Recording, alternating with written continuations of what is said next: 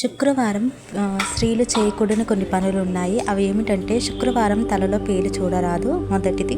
రెండోది అందం మీద దృష్టి పెట్టకుండా ముఖానికి పసుపు రాసుకోవాలి. ఏ ఆడపిల్ల అయినా శుక్రవారం రోజు అందం మీద దృష్టి పెట్టకుండా ముఖం వైపున పసుపు రాసుకుంటే ఇంకా మంచిది. అమ్మవారి కటాక్షం మీకు లభిస్తుంది. థర్డ్ది శుక్రవారం ప్లాస్టిక్ గాజులు వేసుకోరాదు.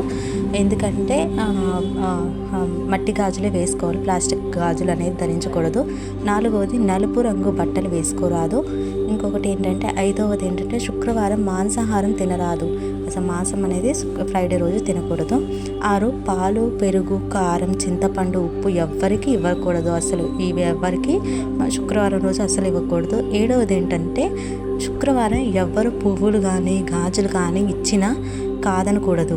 వాటిని తీసుకోవాలి, వాటిని స్వీకరించాలన్నమాట. ఎవరైనా మీకు పువ్వులు ఇచ్చినా గాజులు ఇచ్చినా కాదనుకుంటూ తీసుకోండి. 8వది అంటే శుక్రవారం రోజు స్త్రీ అబద్ధం ఆడరాదు. ఎట్టి పరిస్థితుల్లోనూ అబద్ధం ఆడకండి.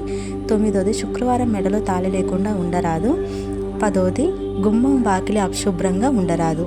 Thank you for watching.